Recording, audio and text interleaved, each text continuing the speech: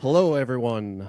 I am Steph McCurdy from Wolfram Research, and I am hosting a podcast conversation between two gentlemen who I have deep respect for. Here's a brief introduction to them, and then without much extra background to the conversation, I'll let them get into it. Starting with Jordan Hall. Jordan is, to me, a technologist, a complexity scientist, and a philosopher. Jordan has had success building and running companies. And with that, Jordan, I think, has taken a deep curiosity in complexity science with the Santa Fe Institute. And since then, I've caught many hours of Jordan's conversations across a wide range of topics. And for that, to me, he is a profound philosopher. Dr. K, or Carl Kreeder, is a mechanical engineer and has a PhD in material science from University of Austin. Dr. K has created a hardware wallet called the Lattice One hardware wallet for storing cryptocurrency. And Dr. K is the CTO and co-founder of Quai Network, which is, in my opinion, the next generation of proof of work blockchains. And today in this conversation, Dr. K and Jordan will be exploring something that Jordan and I call from Big Bang to blockchain, which is a really big story to tell with a lot of nuance and a lot of billions of years of history. So this is a difficult conversation, but these are the two best people I know to do it. And they're going to have a little fun, and they're going to see where this goes. And Carl's going to begin here with a prompt for Jordan to help begin laying the landscape. So without further ado, gentlemen, the floor is yours. Enjoy, and talk to you later. Cool. Thanks, Steph. So Jordan, you have this interesting sort of paper that I've seen a draft of called From the Big Bang to Blockchain. And maybe you can start to give an introduction on why we have to go all the way back to the Big Bang to begin to understand blockchains. Well, maybe to understand why the blockchain is something that's much more important than basically anybody thinks it is. So the basic idea of the theory is that there are certain recurring themes through the arc of the development of the universe, and that those recurring themes show up as markers of what I'll call an epoch. And then each epoch unfolds what happens at a portal pathway or at a transition point. And the hypothesis is that a really good way of understanding where we are is that we're actually at one of these portals. We're at a transition point and exiting one epoch and entering a new epoch. And that the blockchain, in fact, quite specifically proof of work blockchain, is deeply woven into the core infrastructure of what's necessary to navigate that transition properly. And so the basic structure of the development of the universe would be not that confusing to most people. You would have something like the energetic to matter transition, the basic matter to chemistry transition, chemistry to life, life to behavior, behavior could also be considered neurological organisms, behavior then into culture, and then finally culture into whatever's coming next.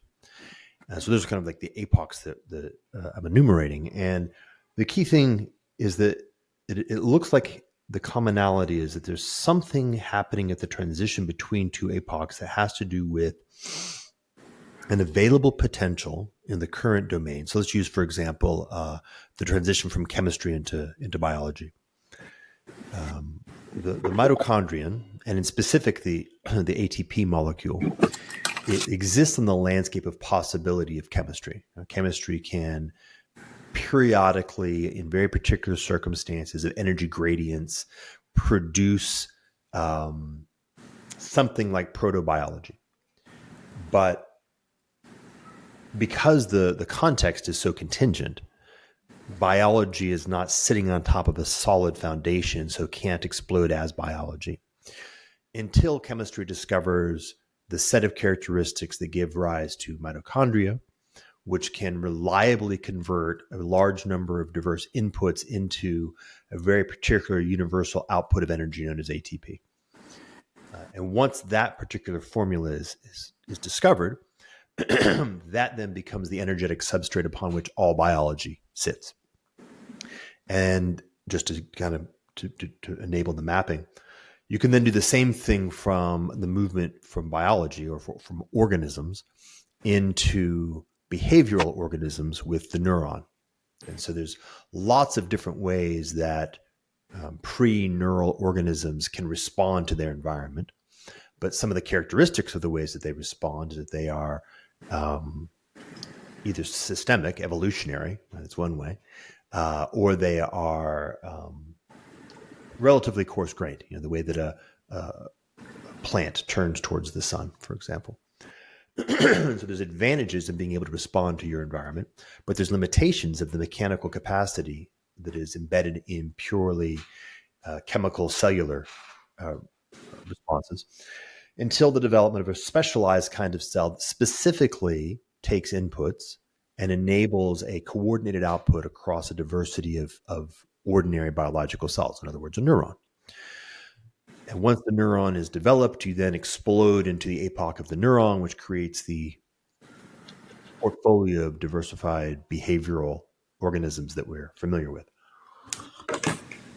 And the idea is that the neuron and the mitochondrion are equivalent expressions of the same basic problem, which is how do you convert energy into information in a fashion that is cheap enough and effective enough to be able, by effective, what I mean is it compresses complexity so that the something can be built on top of that may be vaguely possible in the current environment, but because you've actually created this translation layer, now it has a much larger ability to explore a large portfolio of possibility.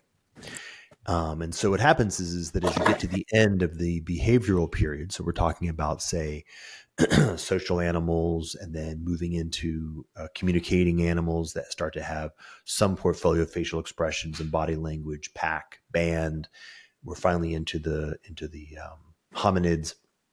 And then something occurs where there's a transition from merely, how would I say it right, language as an expression of behavior to language becoming symbolic language, which can actually now become reified and compressed to enable what we call culture. So humans are cultural organisms in a fashion that other kinds of language or communicating animals, like say dogs or horses, are not, because language takes the latent potential of the behavior of communication and re-encodes it in a form that has, which I'm just going to use the word symbolic, that compresses and now becomes the substrate upon which you can begin to build a lot of different kinds of things.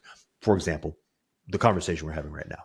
We can now have arguments. You can produce justifications that can be extracted from particular context and converted and shared across space and time. You can learn things in the symbolic layer that can then be copied. I can teach you algebra, and you can now teach algebra to somebody else that has all the advantages that are associated with copying symbolic information. And so we're getting pretty close to the transition point of the conversation. Well, just before we get to the transition point, for the viewers there, and for my own edification, maybe I can try to maybe give a summary and ask a few questions here. Yeah. So kind of what you're saying is, in the evolution of the universe, we have these epochs, and these epochs bring in with each one sort of increasing complexity. Right, from the energy to matter to chemistry to biology to culture, right? Each one of those is some triggering event that allows sort of the next layer of complexity to develop. And it also seems, though, that underlying each one of these sort of epochs, there's a thermodynamic driver. So each one of these are all either driven by energy, or, when you get to biology, it's driven by sort of trying to capture the free energy to be able to subsist and evolve, right? Yep. So the big steps to, you were mentioning mitochondria, seem to be around either energetic or informational exploits that come into being, right? So if we look at mitochondria, right, that is an energetic exploit that allows cells to generate their own ATP, which allows them to be much more mobile and dynamic. And another maybe example of an energetic exploit would be animals going from being vegetarian, or I guess there's many steps. Like one is photosynthetic, then another one is sort of plant eaters, and then another one is meat eaters. Those are all like step changes in energetic exploits in the evolutionary process of trying to get higher gradients of free energy more efficiently within a biological system. Yep. And then the other thing that's kind of interesting too is you're drawing this when we get to culture and we get to language, you're drawing actually a connection between, but maybe we haven't drawn that connection yet, but information is seemingly one of these exploits. So language is an exploit that's used to affect the transfer of information, which allows us to cooperatively be more efficient in our energetic exploits of our environment, right? Yes. Yep. And I think one thing that's like very interesting is that as that information system gets more efficient and potentially moves from, say, the subjective of language into the objective of math, there's actually a point at which information and energy become somewhat synonymous. And this is kind of the concept of Shannon entropy in information science. It's also very related to proof of work in blockchains. So maybe this next epoch that we're on has something to do with the convergence of the information exploits to the energy exploits inside of a proof of work system. Yeah, it was the opposite of burying the lead. So I think we're going to want to dig into that really, really deeply. And there's also something about the recursion. So how do I say this right? There's something about the fact that what we're doing right now is special in the sense that we are actually using our information processing capabilities to specifically focus on the underlying intrinsics of the problem domain. In other words, evolution discovers neurology through a particular information processing methodology that takes place largely stochastically and over long periods of time and over diverse organisms. We're doing an information processing methodology right now between the two of us, using the characteristics of the symbolic structure of language and some of the constraints that would appear to be part of the nature of how reality works around logic and things like that, specifically focusing on the thing itself. So add that to your stack. So not only looking at the place where information and energy begin to connect, but are also using a methodology that takes the place where information and energy connects as its focus. This is not a byproduct of a broader exploration. It's saying, hey, there's something that happens here where you're actually able to attend attention. You can attend intelligence to a domain, and if you attend it to the proper domain, so the relevant domain, something novel also occurs. So let me go back and take your recapitulation and scrub it a little bit, because there's a few tweaks that I think will get us to a high enough level of clarity that we can actually start moving on to the next piece.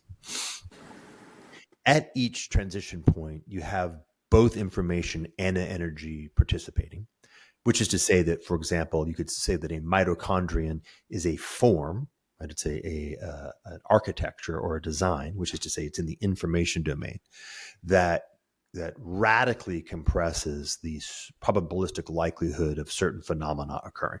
As this sort of what a cell is, for example, like any repeatable system dynamic has that characteristic. And so that's the information side. The biology is hammering on what kinds of context enfoldings, in this case, based on biology or molecular structures, produce a radical change in the entropy of the local environment, such that relatively uncommon events like the conversion of glucose into ATP become remarkably common events. Right? So it's important to sort of generalize. That's what's happening, is that we're looking for a location in ordinary chemistry space where the sort of stochastic possibility of converting some number of input molecules into the unique output molecule of ATP goes through the roof. And therefore, of course, becomes effectively free in relationship to the previous domain before the existence of mitochondria. And then since the utility of being able to have a unified universal energy output is very high, and because now using that, deriving that from an increasingly large number of contexts is also very useful. We've now found an extremely low energy state where the information energy combo hits, and now the explosion of novel complexity becomes available. So we sort of found a wildly low energy state in one complexity field that enables a new exploration of complexity on that domain, right? Because it's important to recognize that every instance of biology is a unique kind of instance, the more general instance of chemistry, and every unique instance. So then the next stage, as you described, is, and it's useful to even think about, carnivore, or to eat or consume other organisms, biological organisms, is explored lightly in the plant environment world. You've got things like Venus flytraps, and you've certainly got plants that consume dead matter nearby as part of like virtual soil. But in order to exploit the energy that's available in being able to consume other organisms, one of the primary things you have to be able to do is you have to actually be able to go where they are. And so you have to be able to coordinate your behavior in such a way as to get there. And so you get protozoas and things like that could start navigating the environment. And what we see is that the problem that you're trying to solve is the double problem of the energy input output of behavior. If I expend a lot of energy getting to my prey, and I can't convert enough of that energy back into my system requirements, then I die.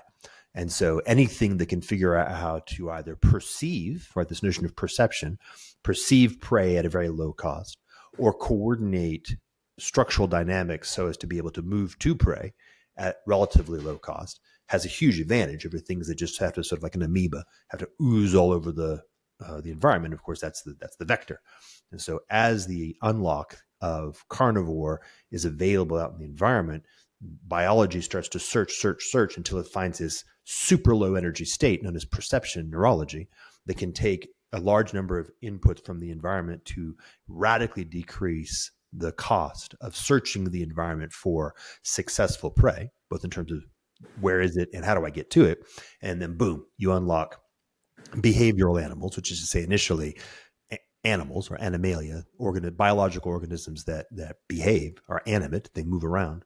And then what's interesting about that is as these organisms begin to explore the space of animal, an ambient possibility is modulating behavior in such a way that produces a new information field in the environment.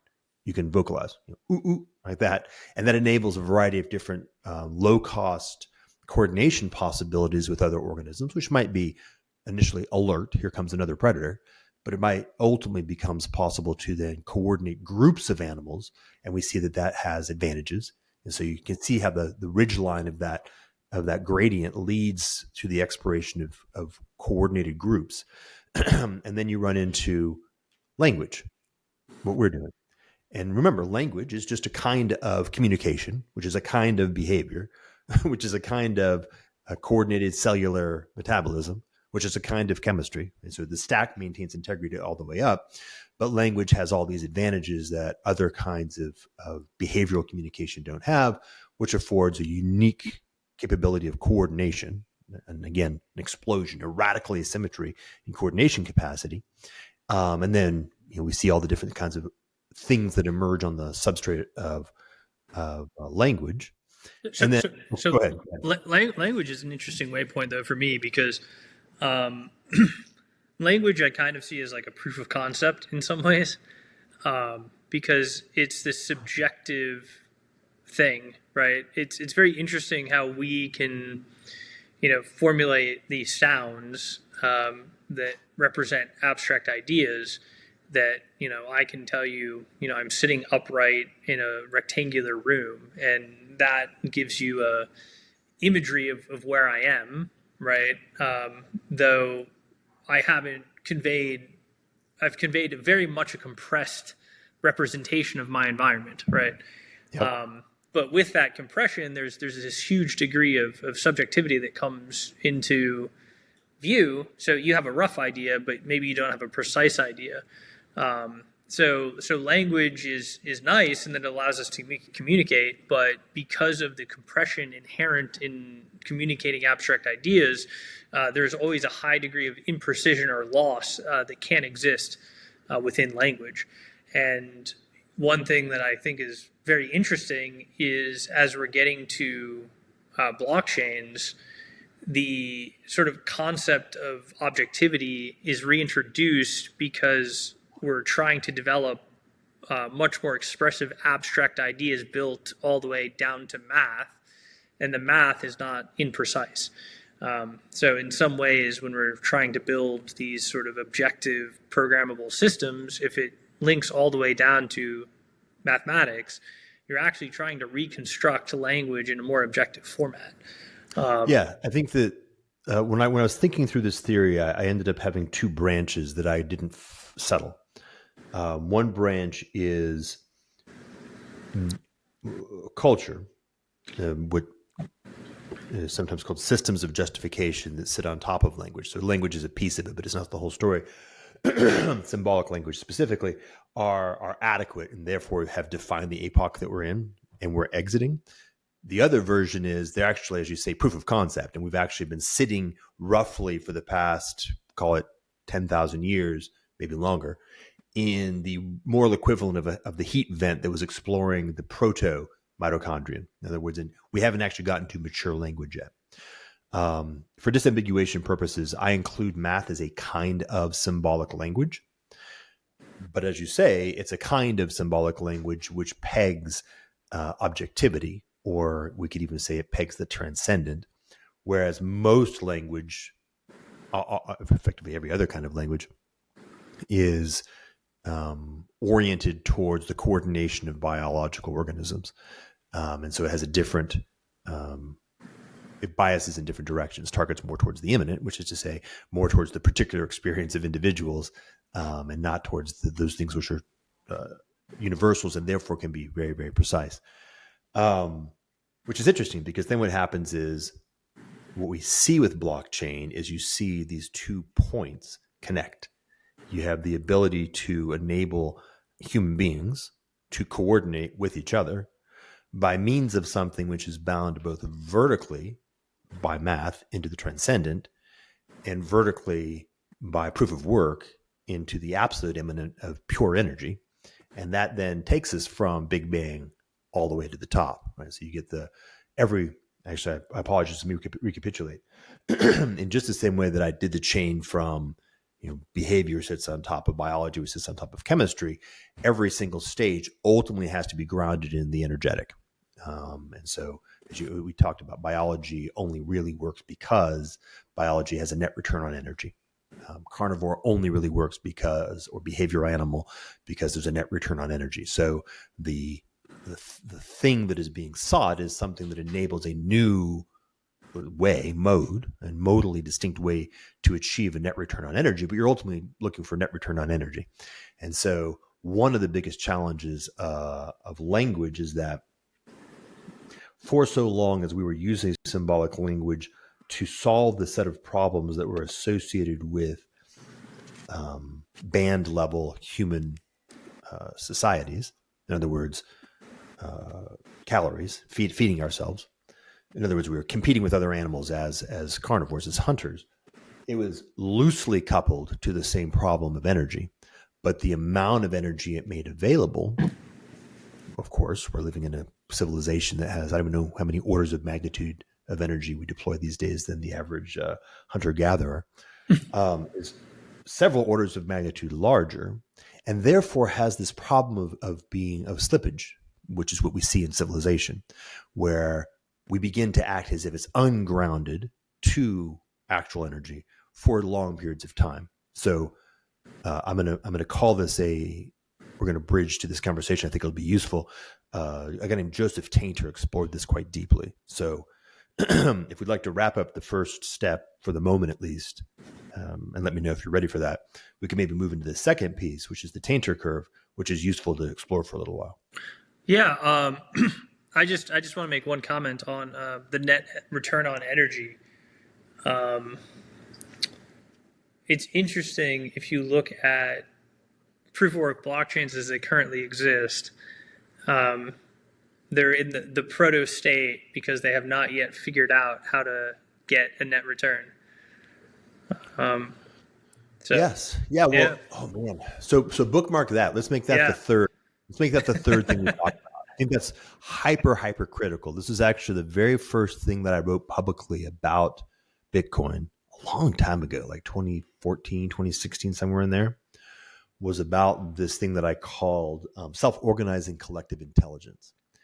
And yes, I agree. I think that we're sitting still where proof of work blockchain is kind of like in the fetal state and therefore parasitic state. Right? It sits inside the womb of a larger organism that it's ruthlessly extracting resource from, but until it is actually able to stand on its own feet, it produces a feedback loop that coordinates a net return of energy in all the ways that are necessary for it to maintain its own homeostasis. That is not, in fact, an actual viable thing. So that's a really powerful thing to get to. Yeah, and then the one other comment before we get to Tainter, it was just interesting is, you're saying we get this disconnection. I see it as information loss through abstraction, right? And I don't know if you're familiar with the book Simulacra and Simulation, but basically the idea is, with every, you kind of have like things that are real, right? And then you have representations of those things, which are simulations of the real that we use to facilitate various things in society. Because they're more efficient, basically, right? So instead of having, gold bars or gold coins, right, I create notes that represent them. But then as those notes become inefficient, I create digital representation of the notes, which eventually stop representing the gold bars. So, every time I sort of make one more abstraction, one more simulation or simulacra, it becomes farther removed from base reality. So initially, right, when we had, notes in banks, they were one-to-one gold reserved. So you could redeem the note and you could get your gold coin back, right? So there was very little fidelity loss in the initial representation. But then, as that sort of the next representation was fractional reserved notes in banks. And then there was further loss in fidelity of what that note meant. And then it went to fiat money where it doesn't represent anything and it no longer has this hard characteristic of energetically hard money. Right. So just as we abstract things, and that's not just money, that's many Everything. Different things in society. As you get away from sort of the base that you're trying to represent as real, every representation becomes lower and lower fidelity. And with that, you get higher and higher degrees of loss. Yes, I think this is a radically critical element. It may even be the decisive element. And the language that you use, I think, is just right, which is to say that it's ungrounded or unbound. So if we can say as a general purpose rule, a defining characteristic of each one of these transition points is this energetic information location that has the characteristic of a radical collapse in entropy to achieve something that unlocks a new possibility of energy, but is always grounded. That's the key thing. It's always grounded. what we've discovered with civilization is something that enables an extremely large explosion of possibility, but it's not grounded, or at least not adequately grounded. So let me zoom in then to the way that I've mapped the theory. And I think it's strong enough to work with, which is the difference between the tribal level, or specifically the Dunbar level, and then the civilization level. So I'm just going to kind of define some terms for simplicity. The idea is that symbolic language enabled humans to move into a new epoch from being behavioral animals to being cultural organisms. And the kind of cultural organisms that we produced are governed by Dunbar scale groups. There's a lot of reasons for that. I'll just kind of enumerate a couple. One is that if you can produce a group of hominids that are on the order of 150, they can have strong division of labor. That's important. We actually have a very high degree of division of labor at the earliest levels in anthropology, and very high levels of coordination and the ability to reify and propagate novel discoveries in abstraction space, culture. This has a categorical competitive advantage over all other previous forms of behavioral organisms. And so over a period of time, these organisms begin to expand all over the world, occupy all niches, become the peak predators in all niches, and the success of the anthropos. All right, so that's kind of that story. That's what unlocks in that epoch. The growth of the population in these bands beyond the Dunbar limit is inhibited by the fact that there's a bunch of catastrophic failure events that occur in this unbinding of language when you grow beyond Dunbar 4 or 5, right? So you start getting to groups 1,000, 1,500, 15,000. There's a very large number of advantages in having a large number of people in a well-coordinated group, but the disadvantages are that the various forms of defection behaviors, the various forms of exploitations of unbounded abstractions that can occur inside that group are adequately policed inside the Dunbar, which is to say when human beings have an incredibly high degree of intimacy around and model of every other member of their social group, but are inadequately policed outside of the Dunbar limit, where you're beginning to interact with people who are effectively strangers and who therefore can, let's say, pass a counterfeit bill. You know, if it's very difficult to trick your uncle into taking counterfeit money from you twice. I'm thinking in an Aboriginal sense, right, where your uncle's known you your whole life and you'll encounter him, 50,000 times a day. It's not that hard to trick some complete stranger in taking a counterfeit bill, and there's an asymmetric advantage in doing so. Right? So the exploit created, or the collapsing of larger populations became very similar to a non-stable structure of scaling humans for a long period of time. But because the advantage of just being an Aboriginal group of humans was so high compared to animals, we explored those larger populations, but they didn't really become stable or important in the landscape. And what mattered was the expansion of Dunbar scale humans throughout the globe until we had filled all the niches. Once we filled all the niches and began pushing on each other, the exploration of what would it look like for us to get a larger group of people coordinated became a really powerful opportunity. Well, and that's where the hierarchies start, which is also an example of a simulacra, right, or a simulation, right, where we have our Dunbar group of 150 people, and then we have the leader that's supposed to then in aggregate represent all of our interests with coordinating with the next group over. And so then these two people are going to roughly compress all of the data that represents our group, and then we hope that they act in our best interest. That's a first level then compression or simulation past the Dunbar number, and maybe at one level it's perfectly fine. And then what we see is when you then have a ton of those representatives, and then they need an aggregate representative, and then we compress that data again. You do that 2-3 times, you end up with Washington D.C., right? So it's so to zoom in on that. So we're zooming in on this transition point between the Dunbar level and the scaling past Dunbar level.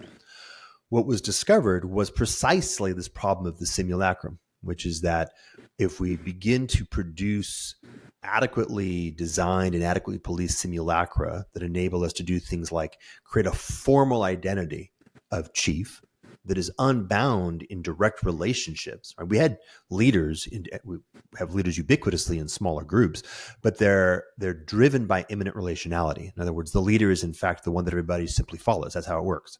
How do you know the leader? Well, because everybody follows them. Why do they follow them? Because they're actually the best one. And as soon as they're no longer, that's discovered pretty quickly, and somebody new fills that role.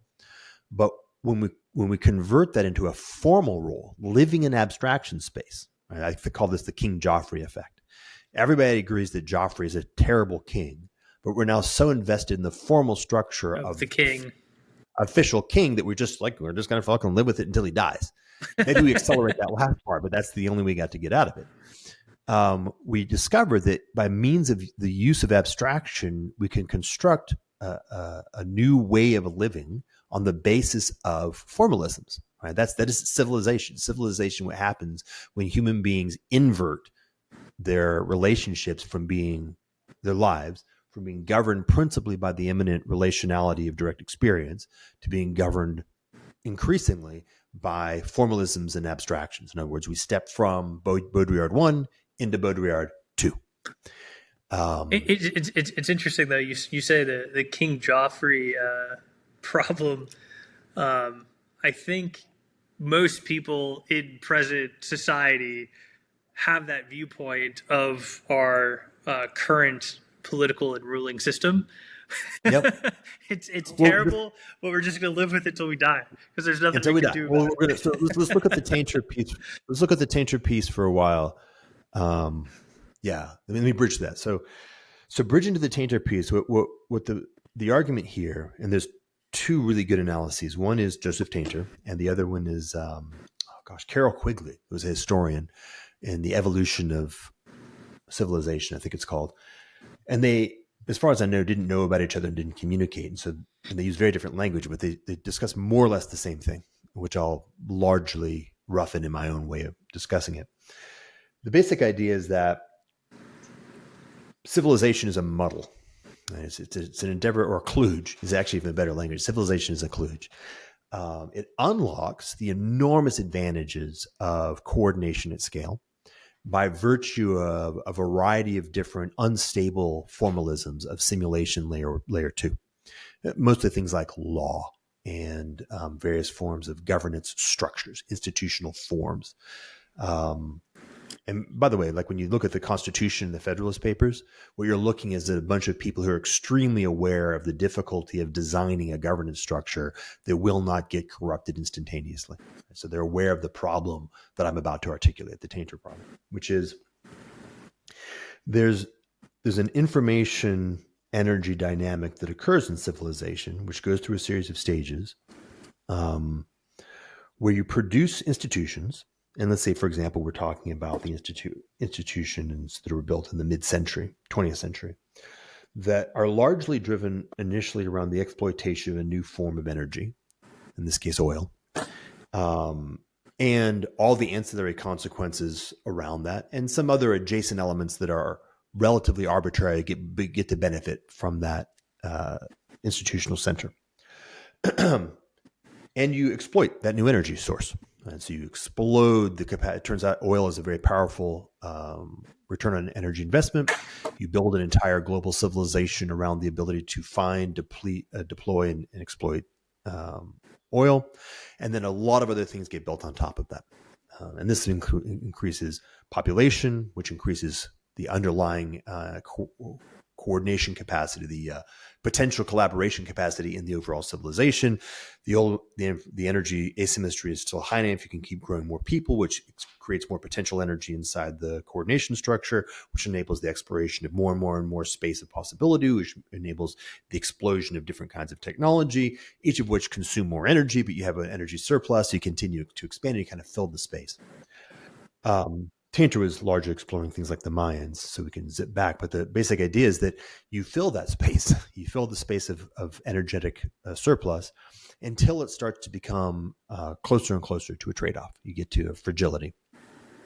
The problem is you've invested an enormous amount of energy, and I mean this in terms of human beings being educated and trained, exploring processes and formalisms to be able to actually build and maintain. You've invested an enormous amount of energy in the institutional structures that you've built on the way there. And so we have things like the sort of the neoliberal global institutional order. We have things like the entire logistics and distribution channels that we've built up to be able to move resources all over the planet. And there's a lot of sort of sunk cost in an entire structure, which has an enormous carrying cost to maintain and operate, which made a lot of sense when you had a significant energy invested return on the centerpiece of that civilization structure. But as that starts, the curve starts to top, you find that you're in a fork. You have two choices. One choice is that you can try to really significantly refactor the civilization that you live in, degrade existing institutions down to the studs if necessary and redesign. Or you can kind of close your eyes and double down, which of course is what usually happens and which we certainly have done. So when you close your eyes and double down, what you end up doing is you get the advantages of learning. You get better at the things that you've been doing. So you get to build giant oil rigs in the middle of the Gulf that can drill down 10 times larger than anything else. You can frack. You get optimization techniques against all the things that you've been doing, but you get the disadvantage that you're now deeper and deeper and deeper into the hole around the things that are in fact no longer going to continue working. In other words, you're riding a curve down. So you have a curve up of energy investment. Then you've reached the top of your energy curve. On the curve down, what you're getting is the efficiency of the techniques of deployment, distribution, exploitation that you're now able to develop, but you're increasingly trapped because the energy cap is starting to come on top of you. And so what he points out is that this leads to a recurring cycle of rise and fall. That civilizations rise, they get trapped by their own success. They commit to staying in their own success, sometimes known as the innovator's dilemma, which means they get this weird pseudo golden age, which by the way maps to simulacrum layer 3, which on the terms of where you've been looks like you're doing better, but on a global view is actually you're eating the seed corn, you're consuming your potential. And then there's a point at simulacrum 3 to 4 where you begin to realize, oh shit, I'm screwed, and you usually just crash. We could look at like the fall of the Roman Empire as an example of that as well. Go ahead. It's interesting though when you talk about the innovator's dilemma. I think that it's really you're trapped by the fragility. Yep. And that you've created such a complex system, you can't redesign it in flight because you're barely keeping it up, so to speak. Right. Yep. Most people, maybe a little bit more, sort of blockchain and cryptocurrency land. Most people are pretty unaware of the degree of complexity which their everyday existence is, dependent on. Right. Not to be a downer, but, one example of this is a CME or a coronal mass ejection. And if a coronal mass ejection happens, and which it will statistically, of the level of the Carrington event, which happened in the late 1800s, if that happens today, it basically takes out all electronics in existence. It takes out the power grid, it takes out computers, it takes out cell phones, and the problem is with that and with modern civilizations, we live so far disconnected from our subsistence, right? If you're working, as most people do, in some sort of field that involves a computer, you're probably 100 steps removed from the food that you're eating that day in terms of, abstract events that have to happen with, things like money. And if the power goes out, like we're in a hard shape real fast, right? I think the Department of Energy did a study, and they said if we had a Carrington level event and it hit, North America, we'd lose power for 2 years, and by the time it was over, 90% of us would be dead.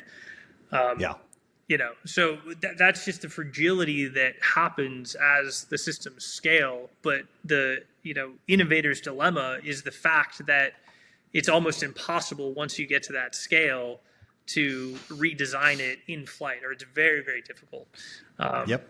Yeah, and Yeah. when you move from simulation 2 to simulation 3, you start also running into the problem that there's no core capacity to understand the system that you're living in well enough to even meaningfully contemplate what it would look like to modify it. Right? So you've got no one even understands it at that point. exactly. No one understands it. Yeah. And so then what ends up happening is that each time you go through the process of recognizing that this is true and then deluding yourself and saying, I'm just going to kick the can down the road to keep it alive, you're moving into simulacrum level 4, at which point nobody even knows that reality is real. Right. And then then you hit the wall, right? Then you hit the wall hard and you get rebooted at whatever population can be sustained at whatever's left over. And that's actually how it has worked. This is critical. Civilizations have gone through these cycles across all the different continents, like a wide variety of civilizations, through a wide variety of particular arcs. Like, the Roman Empire was not an oil-based economy; it was only a slave-based economy. And the way that it maintained itself was to expand the empire to include more people, finding ways to produce enough food to maintain populations, but largely an expansionary environment. Once it stopped expanding, it started entering into this unstable equilibrium. Yeah, there's the curve. And then it collapses. They also, as a reference point, they also debased their money during this time. In almost exactly in lockstep, right? Yeah. You can map it. It's like a snapshot of, are we in that stage? Yes, we are. Everybody seems to follow the same trajectory. They did this thing. They had the Antoninus. It was a silver token, which was the main currency in the Roman Empire. And so what they did is they started adding a little bit of copper. And then over this, 100-year time frame, it went from being 100% silver to 99% copper. Yep. So it's great, isn't it? Because that actually can give you a numismatic tracking of a phenomenon that in principle is theoretical. You can look at it and there's a line. There's a line drawn at the moment where they make the move. And then you can actually see that these once you're in a regime, once you've sort of moved from simulation 2 to simulacrum 3, you're now on a trajectory. It becomes more and more deterministic of the way this system's going to go. At the soft point, we can use to make it a little bit simpler. If you're sitting in like a 40-person innovative company with enlightened leadership, and you look at it and say, okay, we're about to get trapped in our own success. Let's all step back and re-innovate. You can totally do that. Right? It's not easy. It requires some pain, but you have the coordination capacity, the flexibility, and by the way, the ambient richness of complexity of small scale human groups to do that. And you say, hey, you 3 people are used to be doing this. For the moment, completely retool what you do so you can focus on this thing over here. But once you've crossed that point, you're like, actually, now we're a 500-person organization that's milked the cow instead of repurposing. We've actually milked it. Well, now we're really screwed because now we have a bunch of domain specialists who can't possibly be repurposed. They don't really know exactly how the organization operates because the underlying complexity of the organizational dynamics are taking on a life of their own. So then, you end up then being if you can survive, you end up consuming the environment around you to simply support what you are. Think everything that's happened in our economy for the past 50 years. Until there's no way out, right? And you're stuck, and then reality has to assert itself. So that's the problematic of what happened. This is my argument. We moved from symbolic language at the Dunbar scale into civilization. Civilization lives at this murky transition point. But what we want to say, what I argue in that paper I sent you, is that we can start thinking from a design point of view of what is an adequately constructed what was it called? Binding structure that is grounded, intrinsically grounded, inescapably grounded in energy on a continuous basis, and maintains the right kinds of information compression that can serve as the kind of foundation that does not involve these various civilization trajectories, but for something that is civilization-like in scale. And so we can actually get the advantages of coordinating large groups of humans or other kinds of intelligences. We'll talk about that, I think, later as well. But without falling into Tainter / Quigley style death spirals. And this is where the proof of work blockchain enters as the surprising potential answer. So it's interesting. Just a couple comments here on the Roman Empire. You also see that in companies as well, as you're doing your company analogy, right? You look at like HP, for example. Great example. You look at Dell, right? The issue is once the companies get to a certain size, they were the innovator, but then they can no longer move as fast and repurpose as smaller organizations. So sort of every arc of every big company, is like very great at the beginning, but then it kind of does a curve, and then a lot of times you see them eventually go away. Interesting. The other comment I wanted to make too is on when we're talking about sort of retooling. I think what you're trying to get to is you want something that has a lossless representation in your first layer of your sort of information system, right? So, i.e., the money. And if you can make it so that the money doesn't have loss in its representation, or you can minimize that loss. Yeah. And so just kind of like expand on that. I was just thinking about the article that came out recently, like maybe in the last month.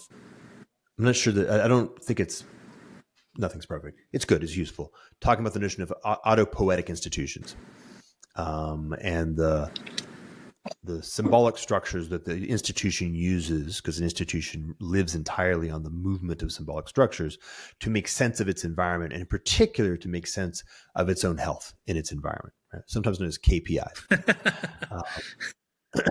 which by the way includes money, right? Money is a signal that indicates certain, let's say, energetic returns. If I'm spending 1,000 and making 1,200, at least I know that I'm doing something that has some kind of positive energetic return. But once you can start to counterfeit that, and all the KPIs can be laundered, and every single signal that you're getting is in fact only valuable because it's a signal that you use, right? That's that horrible next move, right? Once you've identified a metric, it gets gamed. But also, once you've identified a metric, you begin to value the metric because it's the identified metric against which everything else is organized. And you get invested in that. That's another way of articulating the tainter collapse. Unless you can have things that provide a reliable signal of actual reality outside of the simulacrum, then you will get captured in the simulacrum, and then that's that. Yeah. So this is why. So we take a look at money as an example. You've got sort of three regimes of money that have existed thus far. One is, let's just use it, gold or resource-based money, some kind of object that is part of nature. The second, of course, is fiat-based money, which is an object that is a part of culture. And then you've got this new one, which is proof of work. Let's just say we can do kind of the experiment by history. The gold bugs won't like this, but experiment by history is that neither of the previous two are stable, largely because, well, the first resource-based money is too loosely coupled to the actual constraints of reality, specifically of energy. You'd like to be bound to energy, not bound to, let's say, gold. Gold is a proxy for energy, not a tight enough proxy. I actually don't think that's the problem with gold. I think that generally speaking, it does converge in terms of its. So there's like two metrics for gold. If you look at sort of the production cost versus the market cost, those do want to converge over time. Now, there's issues in terms of relative elasticity of supply versus demand, where they'll decouple over short times, right? But over time, like those two items like do want to converge. I think the actual problem with gold is the physicality of it, meaning the issue of storage, division, and transport, which left the opening for fiat money, right? If you think about like why someone would take on the notes, it wasn't because gold had some sort of inadequacy of the representation of energy, i.e. hard money. It was because it sucked to use, right? And like the note became a easier facilitator of exchange rather than the ounce of gold itself, right? Well, it's probably not useful to argue about the first part. I'm not sure that I agree that the proxy is strong enough. But the second part, which is the resource-based currencies, because they are always going to be harder to use than something which is purely abstract in a variety of ways, leave the niche open Yes. for that abstraction to occur. And there's nothing about them, like you said, we saw with the silver coin getting debased. They're also frightfully easy to debase. And so because that niche is open and because the advantage, just like civilization is in some sense an exploit of language, the ability to exploit the gaps in resource-based money means that at some point you're almost certainly going to explore that niche. And then those who do explore the niche get the temporary short-term advantage of doing so. That's critical. There is a temporary short-term advantage of doing it. They've done it again and again and again. All the way through collapse, right? So you're always going to have enterprising, sociopathic individuals in society that will run those exploits, and they put us through cycles of booms and busts all the time. Like I don't even know how many times you could count that it happened. So unless we like fundamentally address a commodity like money not having those material characteristics which leave the opening for note-based or fiat-based or simulations of commodity-based money, we're always going to end up in the simulation. Let me actually, it strikes me that it may be useful a little bit further down the road for me to argue the proxy point a little bit, and I think I can do it. I'm going to do it at one level of theory. So the symbol that you're using to enable coordination that is bound in the downward direction to energy and the upward direction to the collective intelligence that it's able to coordinate, the closer it is to perfect, the more information processing it can handle without being subject to these exploits. So if you're running a relatively simple society on something like, let's say, gold, the fact that gold is relatively close downward to energy, and that the ability to coordinate extraction of gold is relatively close to the coordination capacity efficiency of your society in general. And so the degree to which it is a proxy for my civilization's coordination capacity here. Let me say that again so I can be more clear. Everybody is always going to be advantaged to be able to find a better way to get gold if gold is money. So that at the efficient frontier of your ability to deploy human resources to find and exploit gold is a reasonable proxy of the efficient frontier of your society's capacity to do anything. That's what I'm saying. So it's a proxy for coordination capacity at the top. And the limiting factor of the exploitation of gold, discovery and extraction of gold, is that there's an energetic cost. So the amount of energy necessary to dig into the dirt and pull it out and refine it and process it. And my efficiency in doing that creates a competitive challenge with other people who are doing the same thing. So it's a proxy in both the coordination capacity and energetic level. Let me maybe refine that a little bit. I think the efficiency dictates sort of the market price, right? But the coordination capacity is actually the supply, technically. Yeah, exactly. Yeah. So at some point, like let's say we weren't in a growing society, we just had like a fixed level. You only need so many ounces of gold, and you don't need more unless that society like grows, and you might need less if it shrinks. But at the sort of point where you're producing it, the market price is dictated by the efficiency, but the information capacity is the aggregate supply. And if you can find a way to produce a more efficient coordination structure, which is able to more effectively find gold in world and bring it into the market, that gap, that arbitrage that is uniquely yours for however long as it holds, provides the incentive for people to deploy various kinds of techniques to try to get better at finding gold. Which is going to affect the market price, right? But will affect the market price always to your advantage for as long as you're able to hold that advantage. Correct. But what we're really trying to do, though, is in some ways figure out how to make the aggregate supply more efficient as an information transfer system within the economy. So regardless of how we produced it, right, we also want to then say... I agree, but we're actually, so we're talking at cross purposes. I'm talking about the degree to which a particular form of money is able to play the role that money needs to play. And we were doing the same thing. I'm just talking about a vertical, you're talking about horizontal. Yeah. Let me just talk about the vertical for a moment. It's two different axes, yeah. So like we can talk about the construction of and discovery of the world was almost entirely driven by the desire to find arbitrage in gold in the late 1400s, early 1500s, and even through the 1600s, which of course produced a downstream consequence of a very large number of developments around more effective navigation, more effective ships, the solution to scurvy, chronographs, et cetera, right? Throws off a whole sort of ancillary benefits. But the ability to deploy the capacity to go out and find more gold was the kind of the initial, for the obvious reason, right? Because whatever is the source of money is going to be kind of the Kantian axis mundi. Now, the problem is that as a group of people, for the moment, I'll just say a society. I mean the certain thing by society in my own language, but for our purposes, we could say a group of people, a society, gets more and more and more complicated.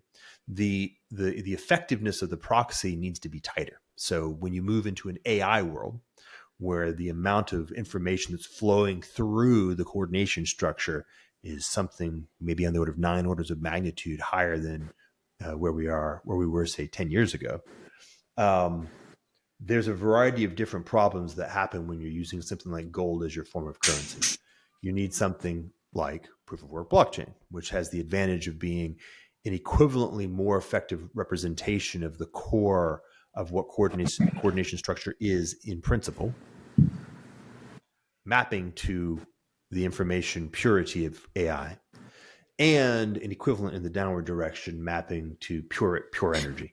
And so you can't possibly get a better proxy for binding to energy, and you can't and this is important, right? We're actually moving from a heuristic approach. In some sense, you could say gold is like inches. It's a nice way of building bridges. But when you move into the place where your tolerances are at the microns, and you're trying to build the Webb telescope, you need to have something which has a very, very, very tight fit to the system dynamics under concern. And here we need coordination structure. Needs to be literally our capacity to coordinate computation and run processing, which is, by the way, in a second, we're going to talk about why certain algorithms, why Bitcoin's algorithm and Quai's algorithm are a difference. And you need something which is grounded in the raw capacity to deploy energy against compute. Yeah. So I think it is maybe helpful to just try to define the two axes a little bit more. So sort of the one axis, I think, has to do with this concept of the relation to energy itself and gold. And we can keep with that analogy because I think, at least for now, because that's something people can kind of hold on to more easily. And then the other one is the axis is sort of how efficiently gold can be used as the mechanism of information transfer, right? So when we were talking about the first axis, which is its relation to energy, there is an imprecision in it, in that for any given point in time, the actual production cost of gold does not match the market price, right? There's going to be times where there's greater demand, and when that happens, you can't instantaneously scale your mining. There's sort of like a finite resource. So you're going to, for quite a while, actually be able to produce gold sub the price of gold, right? It's the time, right? You got a propagation through the system issue. Right. And there's something innate about the distribution and discovery, right? So it's not just like, oh, I have a gold mine and I can just ramp up production. There's like a finite amount of production that we can get out of those mines. So you actually have to go try to discover new mines, and those can have years or decades of lag relative to the signal of demand, right? Yep. And then the other problem that you have on the other side is, let's say there's like a crash, which is suddenly economic activity drops, so the amount of gold that you desire in the system goes down, or just demand for gold goes down. You're going to get miners stopping production, but the stopping of production doesn't destroy existing supply, right? So it's an expanding only, relatively inelastic supply. And that characteristic of gold is what causes it to decouple in the short term from its production cost.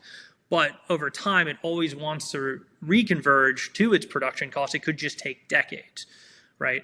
So its inefficiency as a proxy is the fact that we have these, issues with supply as relative, the responsiveness of supply relative to the volatility of demand would be maybe the way to state it.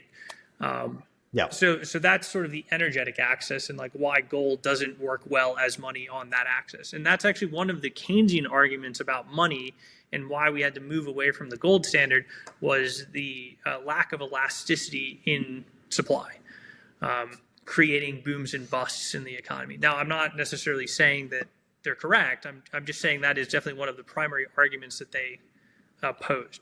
And then on the second axis, in terms of gold, gold is inefficient in terms of its sort of TPS, if we want to use the blockchain analogy, right? It's a very low TPS system, and it has a very high transaction cost in the base metal, right? And so those are the two sort of problems with gold. And we can say, oh, well, we don't care about the efficiency. The problem is that is what leads the opening to the notes, to the exploits of the enterprising sociopaths, which ultimately, because of those inefficiencies, create systems which become exploited simulacra, right? And that is the fundamental conundrum that like we find ourselves in as modern humans trying to use money. Right. And then the one other item that I will want to say about the vertical axis is it's really talking about soundness. So I don't know if people have like defined sound money well, but my definition of sound money is that you have sound money if your mint is your face, right? So if the market price is always your production cost, and the closer those two numbers converge, that represents the soundness of the money. And that's it. So it doesn't have to be like a physical good. It just has to be such that your production cost is always wanting to be your market price. That might be right. Let me throw some things at that. So this is one level less abstract, and therefore may all be capturing what you're saying. So an example, a standard example would be something like resilience to counterfeit. And so if something is easy to counterfeit, by hypothesis, the production cost of counterfeit, cross product not being caught counterfeiting, is lower than the market price. And so the debasing vector is too high. And so a sound money should something where the debasement vector is effectively not zero. There's no debasement vector. Which is where something like fiat and gold have a challenge. Fiat is much easier to debase. Gold is harder to debase. So it's an advantage for gold vis-a-vis fiat in the sound. Oh, interesting. So you're actually adding a secondary parameter, which is almost like the cost of verifiability. So you need something that sound. Okay, so yeah, I agree with the second parameter you're adding. So to have sound money, you need something whose production cost is convergent to its market price and its authenticity is easily verified, right? Yeah. So that's kind of, I don't know if you saw CZ and Schiff debate. I didn't know. Oh, yeah, so they did a debate, and CZ just like brought a gold bar out. And he's like, I have this 100-gram gold bar. And then he just like handed it to Schiff, and he's like, is it real or not? And he kind of just sort of QED'd the argument because, or at least at the surface level he did, right? Like there's techniques like X-ray fluorescence that can do a very good job of identifying gold. You just have to have the tool, and it's like a $15,000 tool, but coin shops have them, right? So like you can do it, and Schiff's argument would be, here's a Bitcoin, tell me it's real, and then CZ would have to have a computer and get out and be like, okay, on the blockchain it says this Bitcoin is real, right? So in both cases they needed a tool. CZ's tool would have been more accessible at lower cost than Schiff's tool, but in both cases they needed a tool for verification. It's just the gold had a radically higher cost. Right. And we have these, now we start getting on these classic triangles with constraints, which is that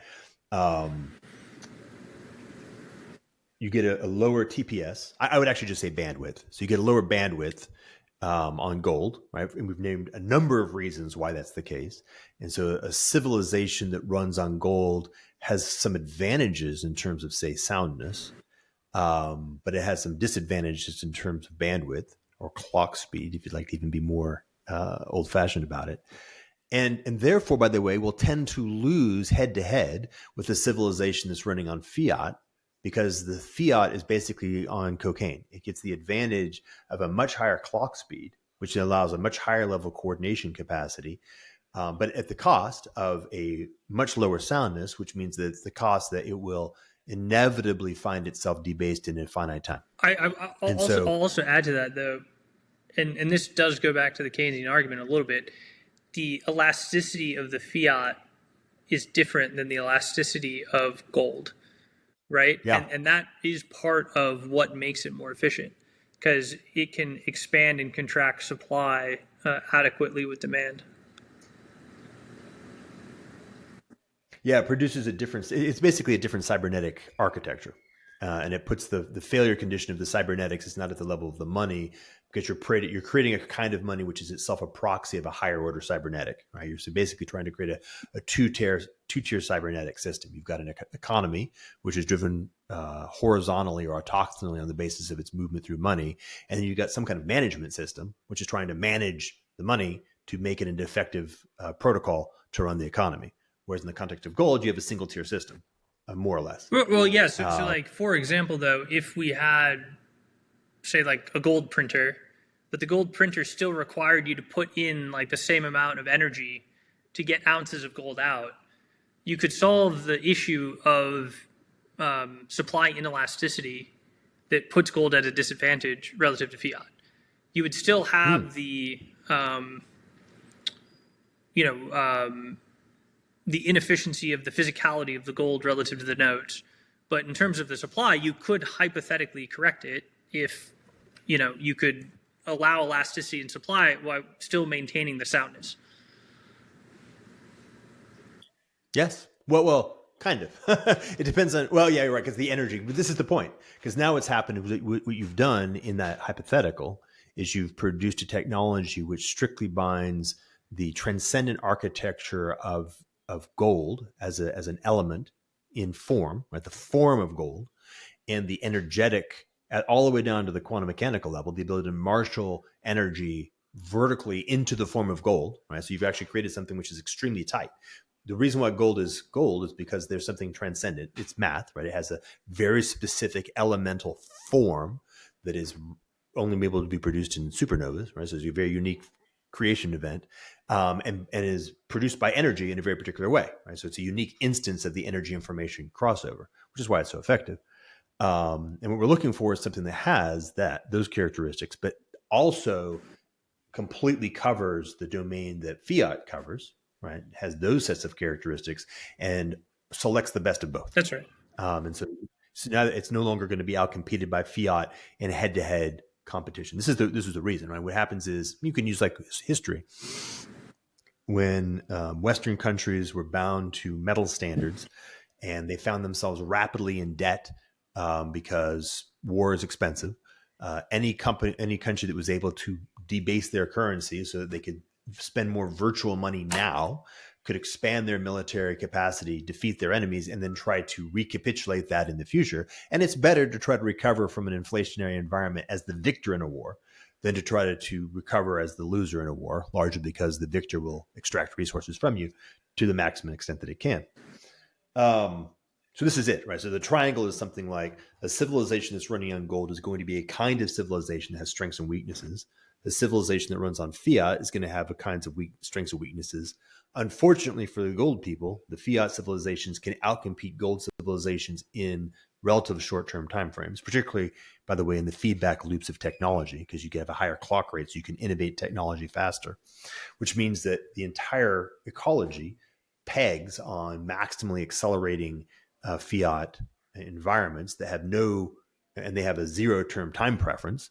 They're becoming pure verticality, which of course then leads to some kind of meta-tainter collapse, and then that would end up sort of all conspiring towards an acceleration towards the wall as fast as possible. Yeah, so I think one point you just made that bears emphasizing is that the problem we're trying to solve is out competing fiat, like fundamentally, right? Like, yeah, I think that is in fact be very clean, like fundamentally. Out competing fiat and all of the ancillary, just to kind of expand it so people can understand, there's a whole bunch of bureaucratic institutions that will be adjacent to fiat, but they're adjacent to fiat, right? Fiat is actually at the center. This is really important. It's critical. Like, yes, democracy. Yes, rule of law, right? Yes, science. As it turns out, all of those sit next, or they actually sit outside of fiat as the principal coordination structure in a fiat economy. Now, this is a very, very profound and strong point. Those are secondary institutional forms that are bound by the characteristics of fiat, and therefore, by the way, will be corrupted by the characteristics of fiat, and so cannot stand on their own 2 feet. It may be that a scientific democratic society might be stable in a proof of work environment. Maybe I would have to think that through, but it's definitely not stable in a fiat environment. Yeah, well, I mean, now like you're actually getting the full circle sort of meme, I guess, that circulates in Bitcoin, which is fix the money, fix the world, right? And that the corruption of the money leads to the corruption of the institutions, right? Yep. So yeah, and maybe this is actually like a good point to kind of draw some parallels to Bitcoin here, right? When we look at Bitcoin and we look at the mining of Bitcoin, it's not perfect, much like gold is imperfect in terms of its reflection of the market price to the production cost. But over certain time frames, the cost of producing a Bitcoin matches the market price of the Bitcoin. And that is where we kind of get the soundness of Bitcoin, at least instantaneously, with mining. So proof of work then is this mechanism by which we transcend the physical and link digital to pure representations of energy, which allows us to create digital forms of sound money. Yep. And so to use I actually like this parallel. So you say something like, what you'd like to have at the optimal level is the market price and the production price are always moving towards a mutual equilibrium. You would also like that the incentive landscape that is driven by the centrality of money is synergistic to a coherent, evolutionarily stable form of coordination, or what I would call a collective intelligence. Because since the form of money is going to have an outward propagating effect on every other institution in the entire civilization, the more that the central form of money is formally stable. What's the right word here? I'll say the concrete, and maybe you can help me figure out how to say the abstract. There's very little about marshaling a bunch of ships to go get gold from the Aztecs that tells you, well, that's not quite true.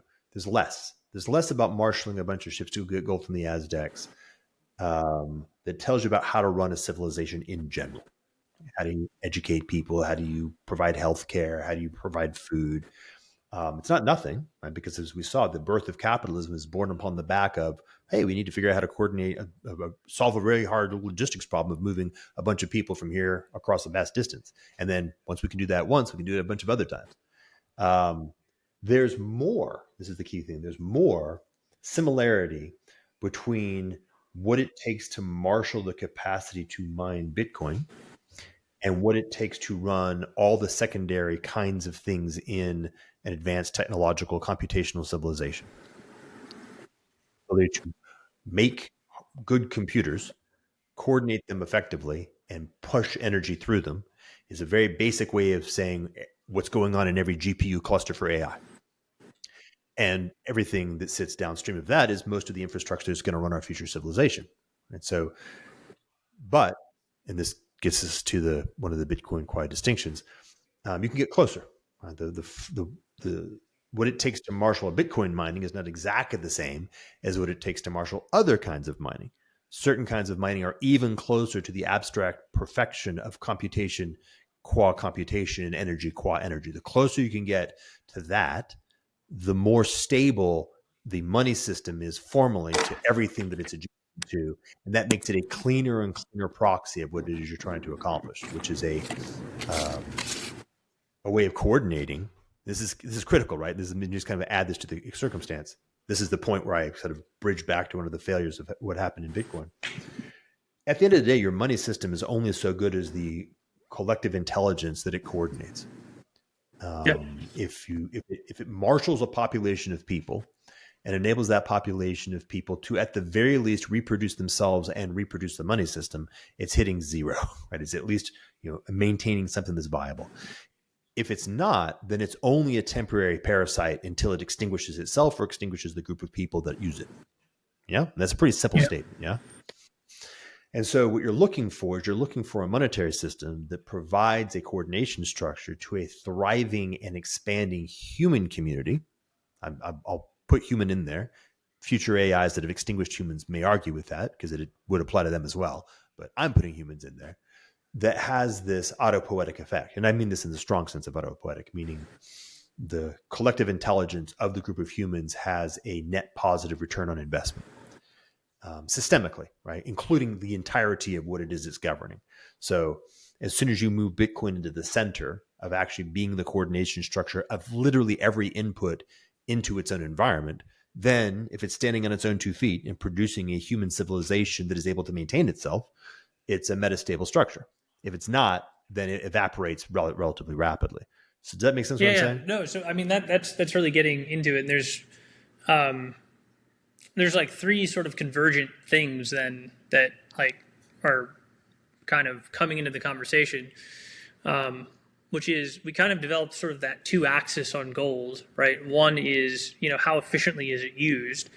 And we can think of that as like TPS in Bitcoin, right? The other one on the vertical axis is how readily does the money remain hard, right? So in Bitcoin, right, I said it's hard money, but I added a little bit of a subtle caveat, which was instantaneously. If we actually look at Bitcoin, it's a convolution of a couple characteristics, right? So instantaneously, a miner should be producing a Bitcoin kind of at the cost of a Bitcoin, save for a slight margin, right? But that's only instantaneously. The deflationary monetary policy of Bitcoin actually causes the total Bitcoin in circulation to radically overvalue, or its value to be radically higher than the energy that took to produce it. So that monetary policy creates a divergence from the concept of hard money and turns into something that looks more like a dividend to shareholders in a tech company that has a network effect.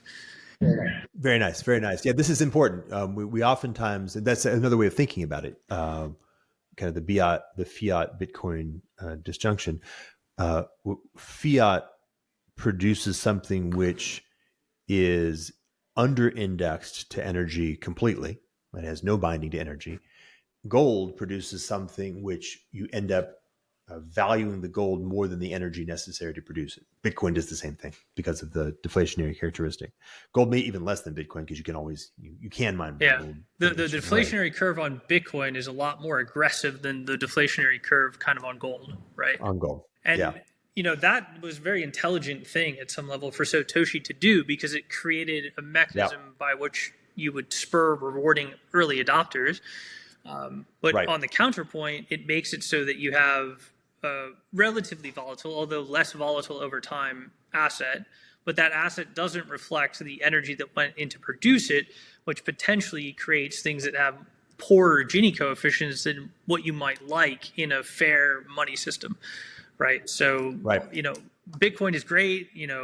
It's a great proof of concept. It's been one of the greatest assets to hold over the last 15 years in like the history of mankind. Yeah, it's interesting.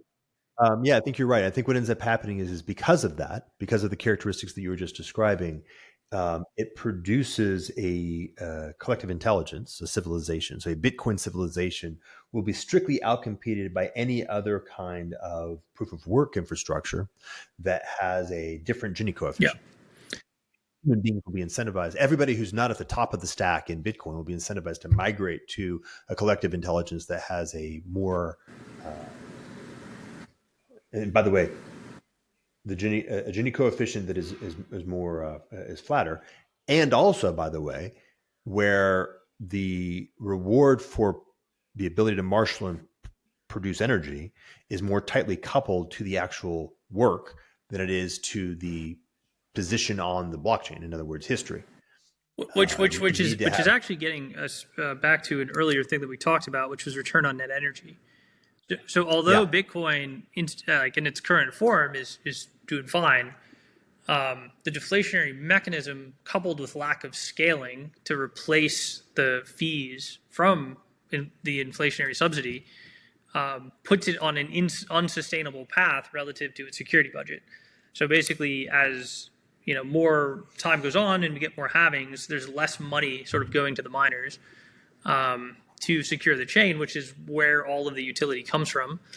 And if we can't replace that with transaction fees, you're going to end up in a system that is unsustainable because the net return on the energy in is negative, right? So we're kind of in a situation where when we look at the other axis, sort of the efficiency of the money or gold in society, and we look at Bitcoin in society, its lack of scaling creates this inefficiency as this information system, which limits its scale, but it also limits its ability to get a positive net return on the energy that's going into the system. Yeah, I think that's right. And so we can, it oddly enough outcompetes fiat, right? That it's very well designed to outcompete fiat, particularly in the short term, because it hyper fiats, produces this hyper return on pure abstraction.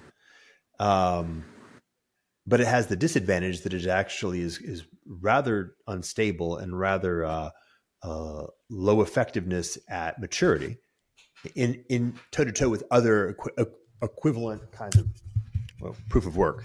Right. So I guess to kind of put a pin on it, I think there's a couple things that Bitcoin needs to do in this sort of greater context of creating sort of hard money that's sustainable, that can scale, and that can have a net return on energy.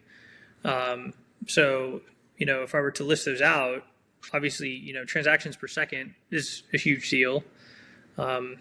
That comes to sort of outcompeting fiat, as we previously mentioned, right? So we can actually put metrics on sort of what you need to do to outcompete fiat, right? So if we take digital payments as they currently exist with Visa, MasterCard as an example, for a system to outcompete the amalgamation that we call fiat, you need to be able to do, say, 5-second settlement or confirmation times. You need to have transactions that are less than a penny, and you need to have your TPS on the order of 50 to 100,000 transactions per second. That's just, what do I need to do to match what's happening with Visa, MasterCard, right? Mm-hmm. And then on the sort of monetary axis of the situation, if we want the soundness of money, we actually need to sort of redesign the emissions to try to make it more reflective of the energy input rather than disconnected over short to medium terms, right?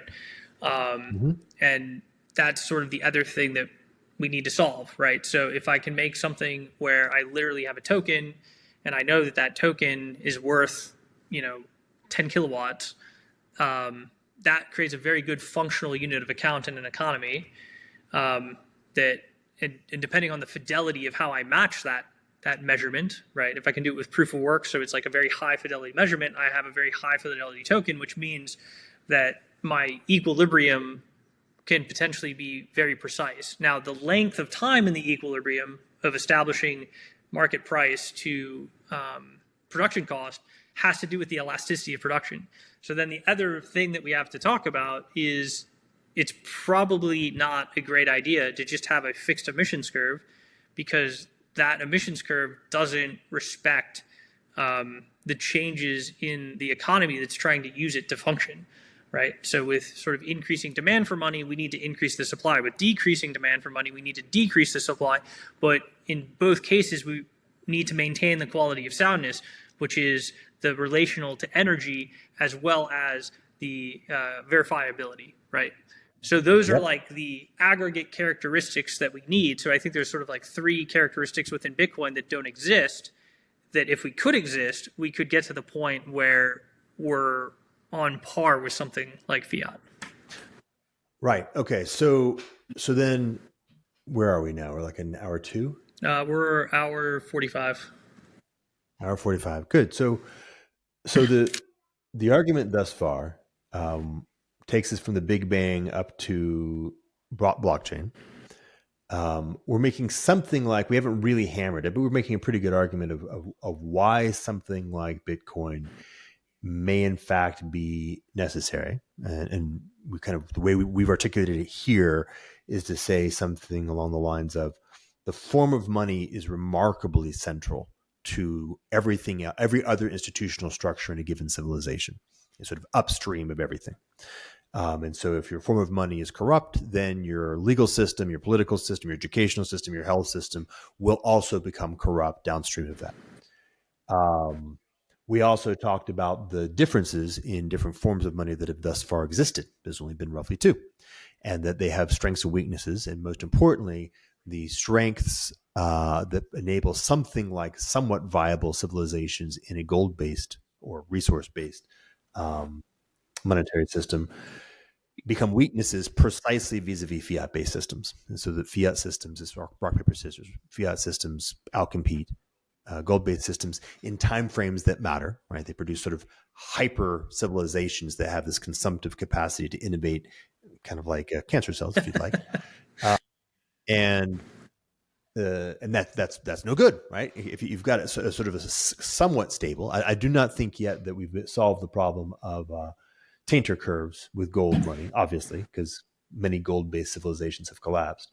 But for the most part, they've collapsed because they cannot avoid the transition. Once they go into simulation stage 2, the transition into fiat, some kind of debasement of currency, seems unavoidable, right? So it may be the same. If you could imagine a currency that could be gold-based and could never be debased, then you might be able to avoid that, be forced into going back to simulation 1 instead of going into simulation 3. But we so far have never found such a thing. And that might be a way of describing what we're looking for in this third kind of money.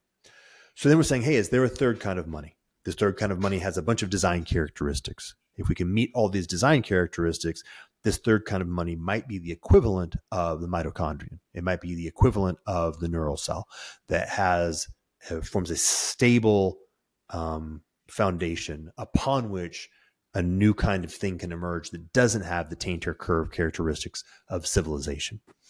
And the argument that I made in kind of our prep call was that we're very much in the transient phase of this third kind of money. I'm using the transients versus steady state.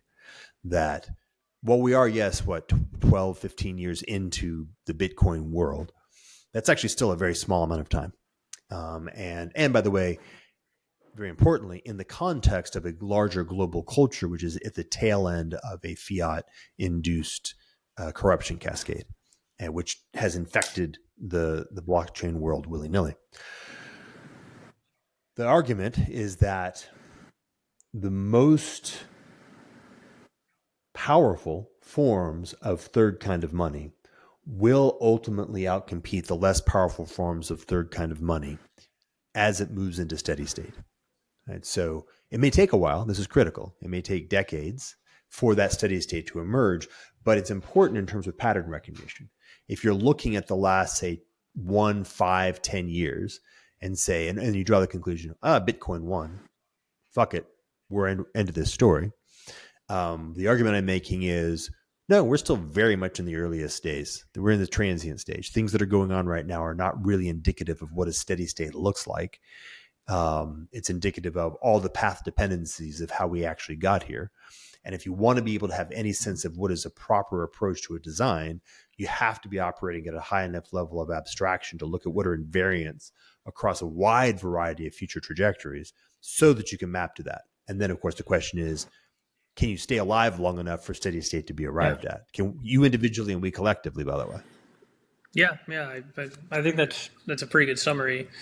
There was one. Yeah, no, I think that's a pretty good summary. I mean, I don't know if we want to wrap it kind of there and come back and we'll talk about Quai and how we kind of think that works, or we can start to dive into it. But we're at an hour and 50. So let me layer on one last piece, which is absolutely the tail end, but it does connect to what I just said. And then we can come back and talk about Quai. So the movement from the transient phase into the steady state phase is highly desirable. and there's lots of reasons, but let me kind of hammer home some very particular ones, which is that we are coming very close to the check being due on fiat, the instability of civilization as we currently understand it. And so the fact that the civilization, right? So to step back, the last stable state, the last stable epoch was the Dunbar level anthropological stage. As civilization emerged, based on the ability to coordinate human beings at scale using formal systems, most notably money, we entered into a unstable, not yet fully established proto-epoch. As we've been sitting in that stage, we have been producing a very large number of not yet realized costs in the underlying substrate of complex reality. Anthropologically, psychologically, biochemically, sociologically, and in the resource layer, the atmosphere, et cetera.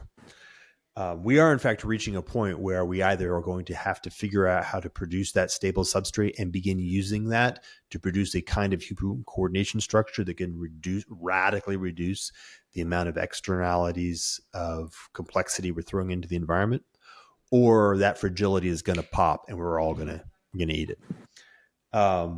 There are at least 4 major threat vectors that are mounting rapidly. And sometimes I play which one's going to get us first. One I'll begin with because you mentioned it. I think it's pretty funny, which is a Carrington-like event. Because as we simultaneously become more and more dependent, like radically more and more dependent on more and more subtle and vulnerable electronics, while becoming stupider and stupider about how we actually take care of those electronics in the context of a solar event. And by the way, as the Earth's magnetosphere is absolutely decreasing, which therefore increases the magnitude of relatively arbitrary solar events, the likelihood of a meaningful Carrington-like event is actually going up quite significantly. So there's the 3 vectors. Like one is because the magnetosphere is decreasing, equivalent solar flares are creating a higher level of interference with our electronics, and that's happening. 2, our electronics are becoming more fragile, and we are more dependent upon them. And 3, we're actually getting stupider. So that problem is going up. It's not at all trivial. Like in the models I've been producing, the likelihood of global civilization collapse, or at least enough of a decapitation to cause series of cascade effects, is actually very, very unacceptable over the next decade. Like an 80% chance that something really, really bad will happen between now and like 2040, 2035. Okay, 2. AI. This is pretty obvious, but we're in something that looks pretty darn vertical in terms of AI advancement. Shockingly vertical. Like, wow, that looks like an exponential in the late stages. And the consequences of it, if you sort of map it, is throwing a variety of complexities into the underlying substrate of the institutional forms we're able to deliver on fiat, mid-century fiat, that is so rapid, so vastly outstripping their capacity to adapt and respond effectively that it's absurd. Which means to say, not only is it absurd, but I think that their response to the social disruption that likely comes from the displacement of jobs is only going to make all of our lives worse, because in every way, because their response, their only like vector of response is more control, more surveillance, and more manipulation of the money, not less. So, right, we're setting ourselves up for like a very, very, very Orwellian outcome if we can't build a competitive off-ramp. So, and I'm going to separate that into 2. So I've got one, which is a kind of a pure chaos problem that just kind of is like throwing an arbitrarily large number of popsicle sticks at a spinning turbine.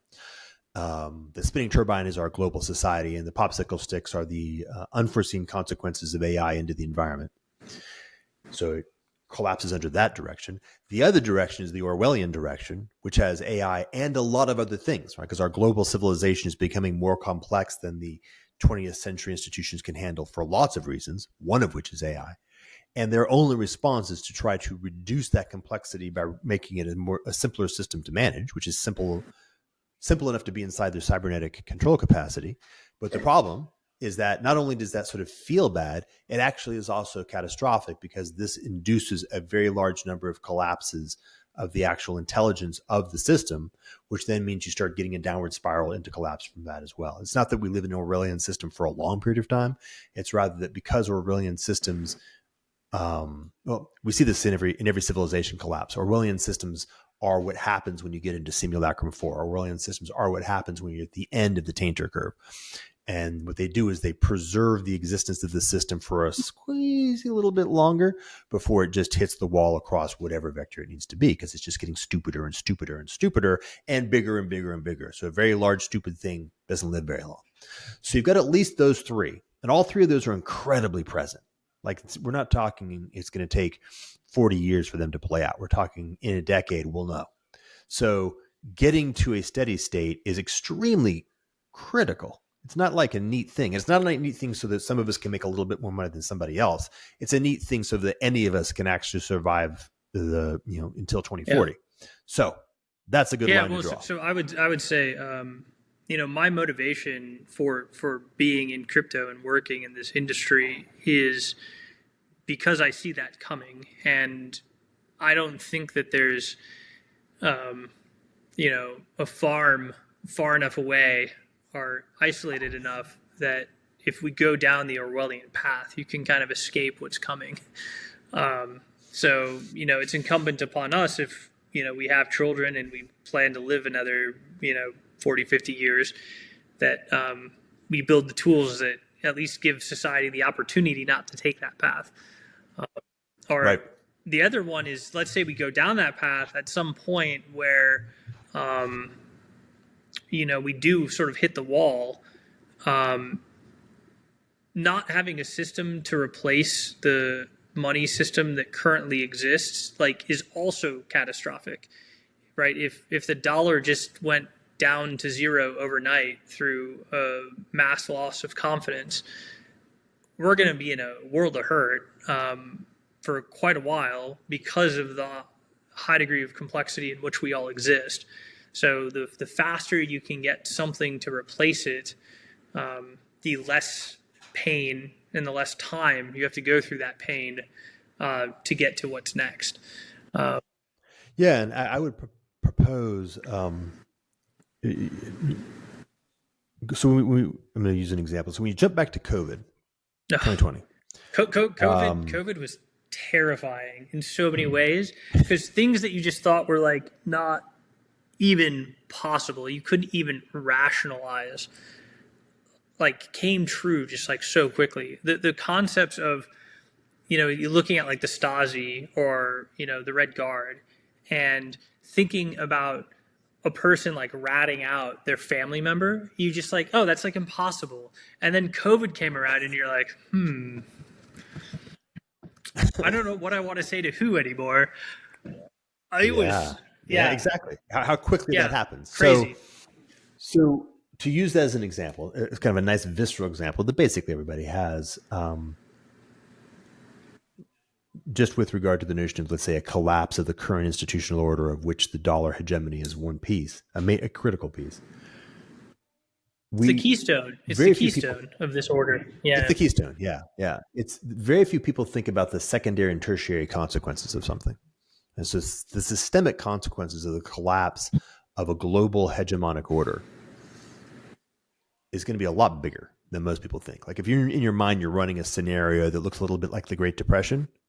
That ain't what it's going to look like. We're talking about wars, interior and exterior will break out. Enormous conflicts that it would not be wars, but just be resource conflicts will break out because legal infrastructure will be unable to provide various forms of enforcement, will begin to balkanize. The secondary and tertiary consequences of the collapse of the American hegemony are enormous, much bigger than most people think about. So we can put that as sort of like category 4. And so we've got like a AI death, we've got a Orwellian death, we've got a Carrington event death, and we've got something that looks an awful lot like just an ordinary systemic collapse death. And by the way, you can map this. Like if you look at the Chinese is really great because they've gone through like 4-6 different civilization collapses that have been recorded pretty effectively. And there's a lot of reasons why, like the path dependency of why a particular result occurs is particular empire to empire. But basically what happens is that when you reduce the cybernetic control capacity of an organizing institutional system radically through what would basically be an institutional collapse, what ends up happening is you get these downward spirals as more and more people begin to become more and more extreme in their behavior, and that creates more chaos in the local environment, which breaks more and more fragile infrastructure. So you end up with something like an 80% population reduction in almost every one of the Chinese civilization collapses, although it depends on the particulars vary widely. So the weight is heavy. Right? The getting into Bitcoin, if you've looked ahead and said, geez, we need something, and it looks like this is very close to the strategic center. Like if we can't solve this problem, all the other problems can't be solved. And if we can solve this problem properly, then it may act, at the very least, it enables us to have a real opportunity, and it gives us a foundation against which to do all the other stuff. So now we're going to shift into what that looked like in terms of your development process that got you into Quai, and kind of the key elements of difference that you said, oh, we need to solve this problem in a slightly different way. And then maybe we can talk about more about what that looks like tactically. Yeah.